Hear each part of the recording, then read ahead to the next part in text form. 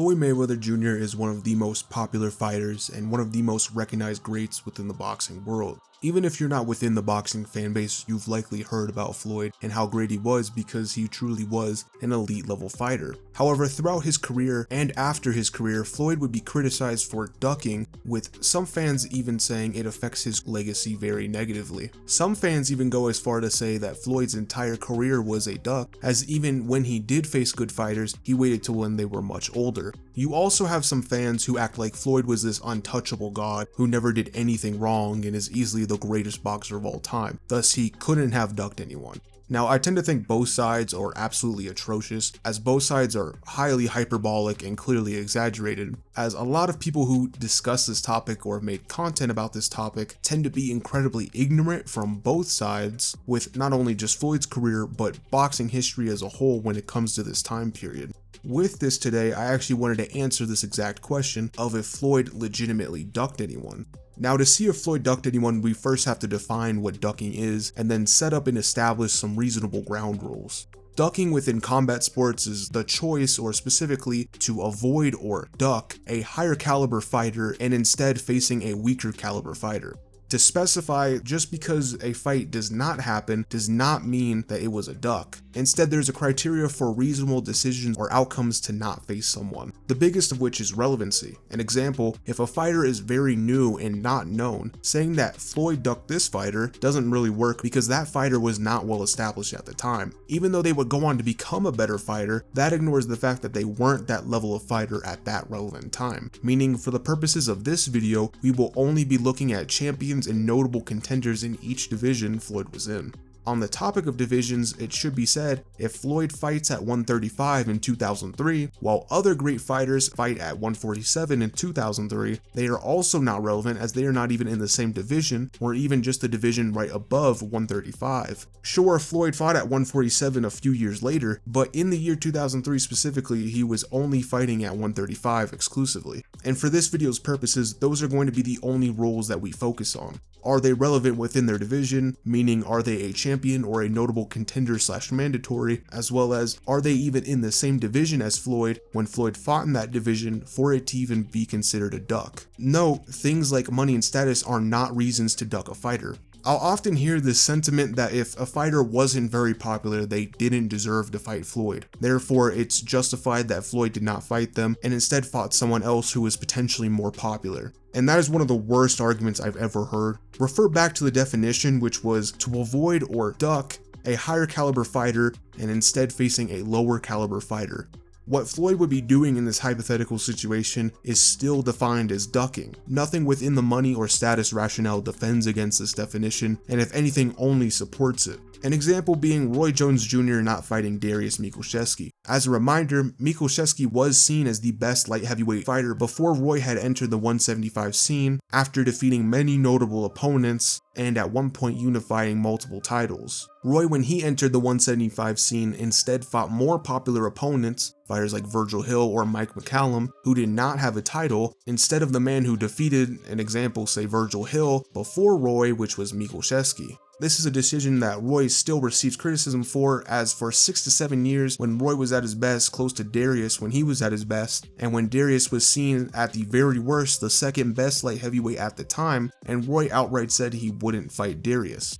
Regardless of if you think Roy would win, which it's commonly debated upon if Roy would even win, there is reason why Roy is criticized for ducking that fight. So with the criteria out of the way, I think it's best to go in chronological order and go over examples that are either minorly or very popularly brought up that Floyd apparently ducked, and see if there is any merit behind it. Examples of both fighters that never outright fought Floyd and fighters that Floyd would eventually face, but maybe the timing was off. Now, the first fighter and a very popular name that Floyd apparently ducked is Prince Naseem Hamed. Named is one of the best and most popular featherweights of all time that fought while Floyd was champion at super feather. I'm just gonna come out and say it, this is one of the stupidest names to bring up when suggesting that Floyd ducked someone. For starters, yes, from 1998 to 2000, Floyd was only one division above Ahmed, but to say Floyd ducked Naseem would mean that Floyd would have had to have fought at 126 during this time period, which he wasn't fighting at 126 during this period. Instead, he was 130, and the champion in that division, Naseem himself, would have to move up and fight him, since Floyd never demonstrated he could fight at a lower weight class due to weight cutting, which would only support that Naseem would have to move up and fight, which gets into the next issue of Naseem never fought at super feather or 130. So how did Floyd not only duck a dude who was in a division that he was not even fighting in, but a fighter that would never even fight in Floyd's division throughout his career? It's honestly one of the absolute dumbest names I've ever heard when it comes to saying Floyd ducked someone, and for some reason it's a really popular name and I just don't understand why, since there's no substance behind it. Now the next fighter or pair of fighters are a lot more interesting, because from 98 to 2001, during the height of Floyd's run at 130, there were two other major champions, which included the time period after Corrales would get stripped of the IBF belt right before Corrales would fight Floyd, those being Joel Casamayor and Ecelino Freitas. Now technically Freitas was not a major champion at the time, as it wouldn't be until a few more years for the first 4-belt undisputed matchup between Hopkins and De La Hoya when the WBO would become a major title. However, the WBO was a power on the rise, and with the help of many European champions such as Mikuszewski, Calzaghe, Prince Naseem, Vladimir Klitschko, and others, it would start gaining more and more influence on the scene. Meaning, I'm not going to ignore this, as the WBO did have some influence on the scene, and I'm going to consider it along the lines of other champions and mandatory / contenders and a level in between.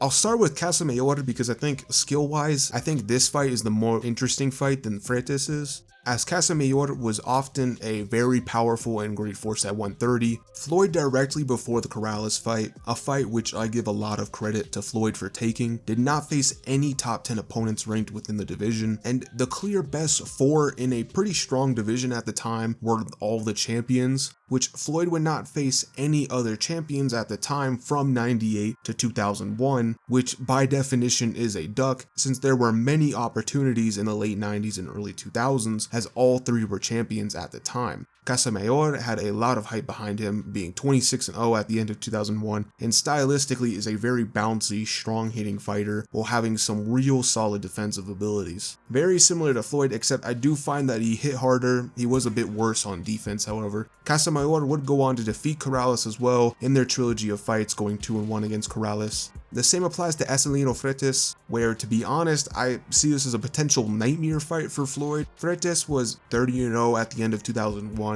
before Floyd would jump up to 135, where he was knocking everyone out at the weight, having 29 finishes up to that point. He was very big, aggressive, hard-hitting fighter who was relentless, beating many contenders up to that point, eventually defeating Casamayor, which I'm not saying Floyd would lose, but on paper, seeing how effective Castillo would be in the following year in 2002, this was a stylistic nightmare for Floyd at this point, which I do find it funny that Corrales, Casamayor, and Freitas would all fight each other, each one of them defeating another one of them, yet Floyd did not, and instead moved up instead of unifying any of the titles, because again, Corrales was stripped of the IBF prior to the Floyd fight, and this could have been a 4 Kings situation similar to the Fab 4 in the 80s, or the flyweight incarnation we got in the 2010s, where if Floyd had stayed at the weight and fought the other 2, it could have been a really interesting and crazy rivalry between those 4. Maybe even something similar to Pacquiao, Marquez, Barrera, and Morales at super feather, which would only occur a few years later, but instead in 2000 he wouldn't face either of them and wouldn't even face anyone ranked in the top 10, and in 2001 he would face Corrales, a non-ranked top 10 in Carlos Hernandez,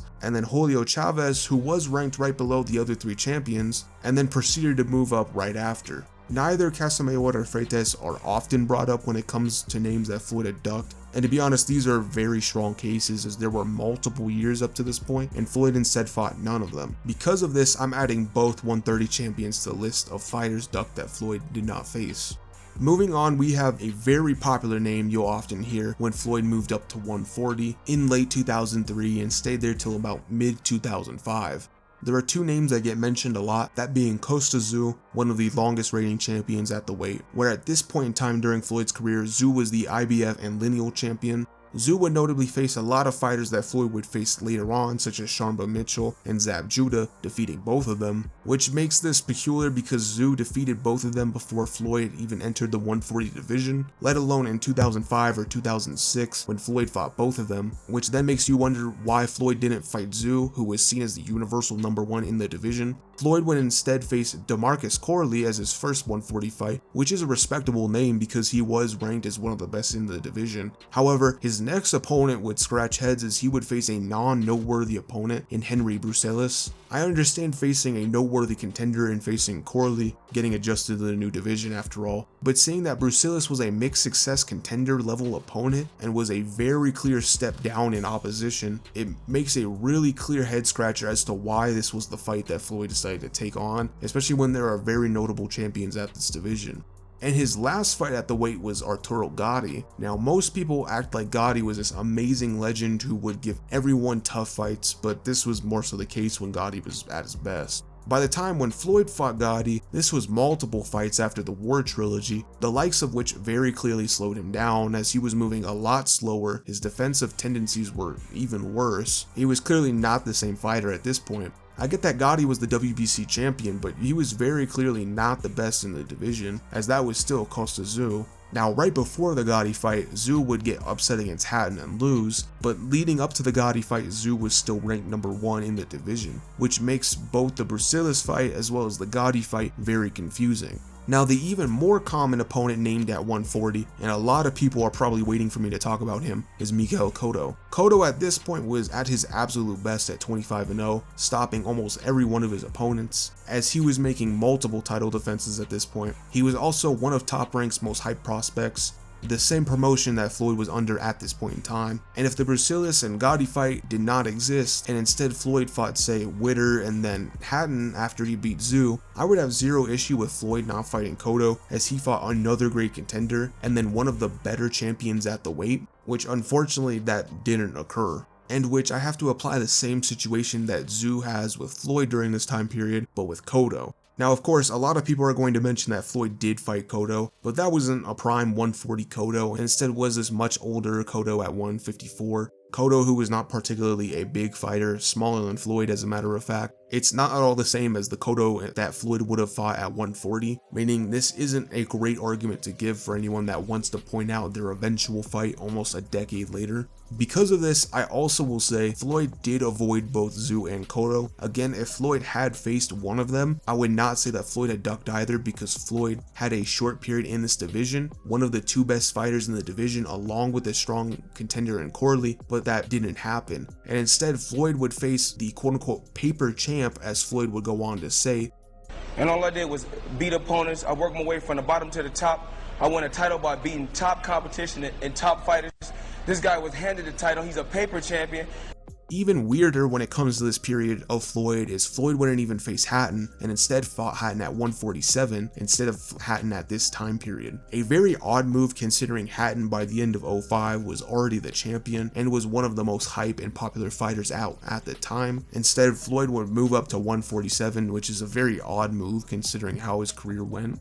Moving on to welterweight, there are a few names being brought up in this division. The first of which, and one of the most common and popular names ever brought up, is Antonio Margarito. Maybe the most common fighter, I'll say, and it is often said that Floyd ducked Margarito, and to be honest, I just can't see it at all. Margarito at the time was not super known, as he was far more popular when Floyd was at 154 in 2007, and after Floyd gave his first retirement when he beat Miguel Cotto in 2008. Margarito is bigger, sure, but that's about it, as his abilities are often questioned if he was even that good given what he would later do in his career, in which this fight to me is one of those overstated fights that sound cool in retrospect, but they don't make any sense even to this point now. This is another very clear example to where I think Floyd did not duck someone, as this fight just doesn't make sense. Margarito wasn't that very known. He was a rising contender and would eventually become champion, but he wouldn't reach that point until after Floyd retired. And to be honest, there's just much more interesting names around this time period than Margarito, and I think it's just one of those overstated people that I get mentioned. Another one during this time period is Shane Mosley. For a period in time, I would have said this is a duck, but there were instances where Shane expressed he didn't want to fight Floyd at the time, such as in 2006. Now earlier you had issued almost categorical statements that you would not fight Floyd Mayweather at welterweight this year.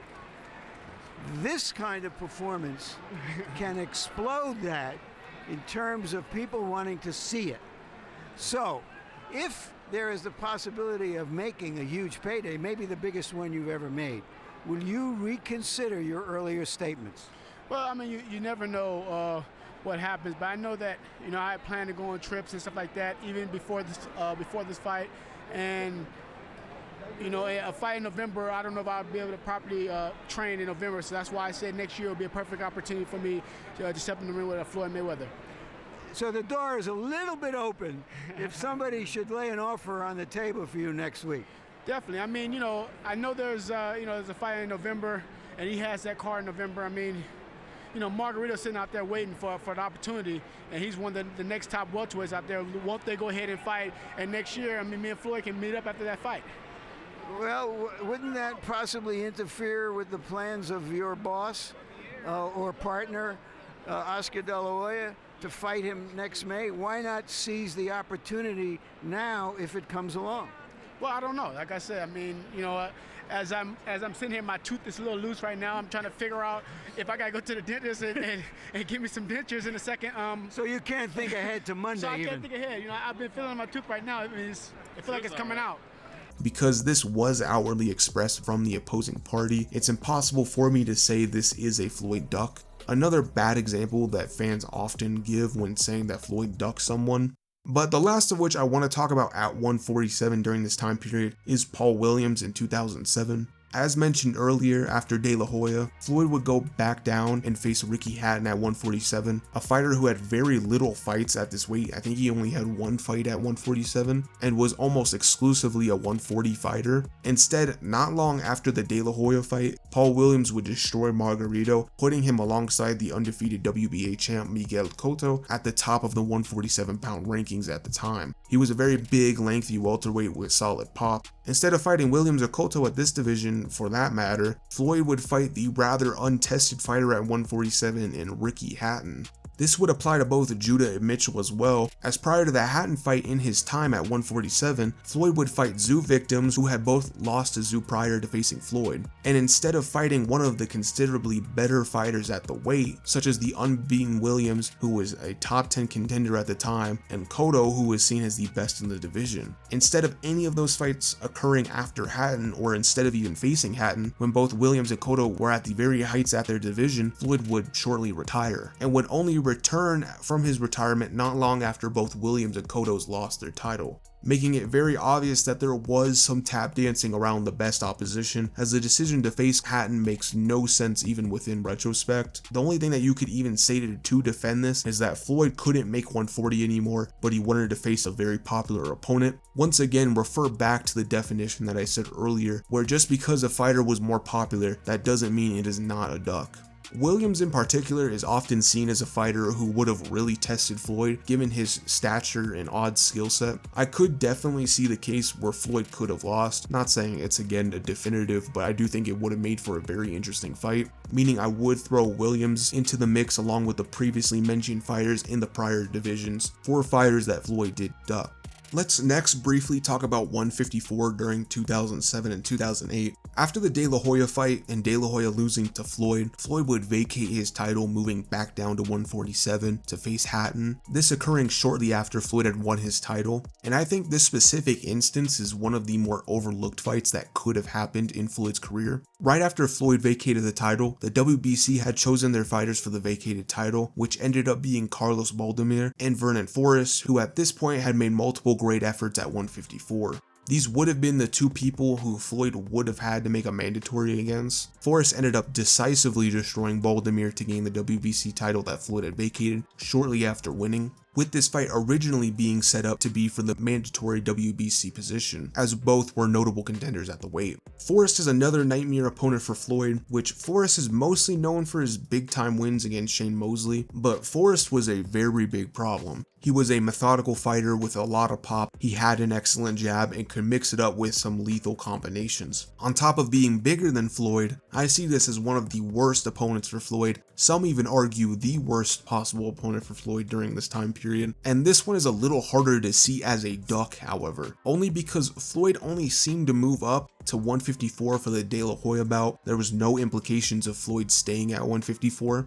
Now, some will argue that Floyd had the ability to stay at 154, as he would do later on in his career, and I think both sides are fair here, but unlike some of the others mentioned, it's a lot harder to say this was a confirmed duck because there was only one bout that took place. I think if you were to argue this was a duck, the best argument you could give is that Baldomir versus Forrest would have been for the mandatory WB position, and after seeing that Forrest was in much better form at this time and would be fighting for the mandatory position, Floyd vacated shortly after he had won the title, in which a month later Baldomir versus Forrest would occur, in which that got elevated instead of a mandatory fight to then a championship fight for the WBC. Another one I want to quickly mention during this time period seems to be more of a rumor, with me not finding much official about this fight. But after watching the Showbiz clip on a similar topic about Floyd Mayweather ducking fighters, he mentioned a Winky Wright fight at 154, and I'm assuming this was shortly after the De La Hoya victory, but I'm not entirely positive. But I'll let the Showbiz clip explain this part because I've only found boxing forums and Reddit posts on this topic primarily. Duck. Now, somewhere around the same time, Floyd Mayweather called out Winky Wright, okay? I believe that was, it's foggy in my memory. It had to be 2007, 2009, somewhere around there. Floyd Mayweather called out Winky Wright, okay? And, actually it was before 2000 because he was still with Bob Arum. All right, so it was somewhere around 2007. And Floyd Mayweather called out Winky Wright. Winky Wright answered that call. They both agreed to fight at 154. Which I was like, oh my God, because Floyd Mayweather, he looks very vulnerable at 154. He was not a big enough fighter, naturally big enough fighter to really do his thing at 154. He looked very vulnerable there. But they agreed to fight at 154. But here's the stipulations. In the contract, in the negotiations, Winky Wright, the weigh-in would have to be in the morning, at the morning of the fight. In the morning of the fight, they would have to weigh in, and Winky Wright couldn't gain more than 8 pounds before, the fight. Up to the fight, he couldn't rehydrate up past 8 pounds. Winky Wright, he agreed to it. Then then Floyd Mayweather pulled out of the fight. Now, no one understands why that happened, why Bob Arum and Floyd Mayweather just pulled out of that fight for no reason. I couldn't come up with any logical reasons. I looked it up. I was trying to figure it out. I couldn't find a reason. So in my opinion, Winky Wright, Floyd Mayweather ducked him, period. Like, I couldn't come up with no other logical reason. They came up with all these stipulations. Winky Wright agreed to them all, and that fight didn't happen. Floyd Mayweather, in my opinion, he ducked Winky Wright, which it doesn't surprise me because everyone did. Of course, take this scenario with a grain of salt because of the overall lack of information on this potential fight, but I will say I did find this interview from Floyd referring to this fight before it would supposedly occur, which supports that this fight did indeed exist or was at least planned on some level. But if what Showbiz is saying is true, where Floyd backs out last minute, that is a very blatant instance of ducking, which even worse, they were Floyd's stipulations to begin with. It's almost like Floyd made them to scare Wright away, but Wright was willing to take the challenge and he didn't mind it. But obviously, if this is true, this would be another instance of clear ducking. Now, after Floyd would come back from retirement, there were a few other names from this point in his career to the very end of it that people named that Floyd had ducked. The most popular name that everyone will bring up is Manny Pacquiao. Now, I've heard this one to death, and it's one of those instances of both ducking each other, to be honest, due to the drug tests, contract negotiations, etc., etc. This is an entire video within itself, and this topic specifically, but if you are curious about this topic, check out my man EV Boxing's video on this, because he does clearly explain the timeline very well. But this is one where both had instances of fighting each other, but didn't. Therefore, it does not solely rest on Floyd's shoulders, so I won't call it a clear duck since both did it to each other. But the last two I want to mention are Kell Brook and Keith Thurman. After the Pacquiao fight in 2015, Floyd was the unified WBA, WBC, and WBO lineal champion.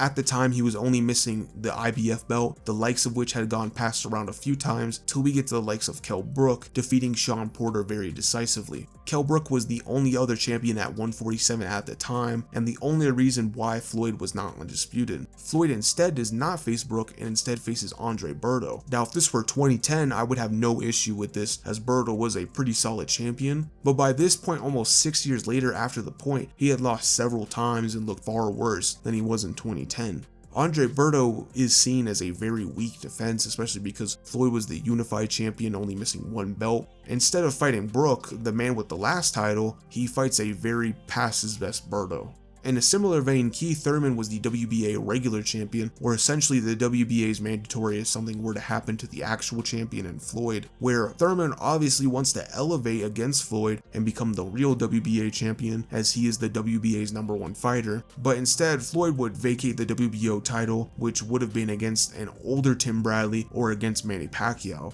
and would ignore Keith Thurman, and instead he faces Andre Berto, which is equally as bad as not fighting Kell Brook, which Floyd gets a lot of criticism for not fighting either fighter, as both were seen as newer prospects who would be a part of the new generation at the weight, which makes for two very clear ducks on Floyd's part. With that being said, and going back to the original purpose of this video, did Floyd duck a lot of those fighters? The answer to that is a big yes, if it wasn't evident by now. I do think Floyd has a solid resume, but it could have been so much better if he did face the better opposition instead of clear evasion at times and facing far weaker opponents. I do think some of these fighters would have been an absolute nightmare for Floyd stylistically, and I myself am very curious about how some of these fights would have been. This is why many people criticize Floyd, because there are blatant examples of not fighting the better or best possible opposition, and at times when Floyd got questioned, he would clearly contradict himself. And Floyd did this in almost every division that we had talked about. Anyways guys, I hope you guys liked today's content. I tried to be as fair as possible when it came to this subject, as this topic is incredibly cancerous and horrendous to watch or listen to when it comes to the internet. But as I said earlier, there's two sides bickering at each other, and I feel like most people on both sides aren't aware of the history in each division to even properly say what was an actual depth. But with that being said, thank you guys for watching, and until next time, I'll catch you all later.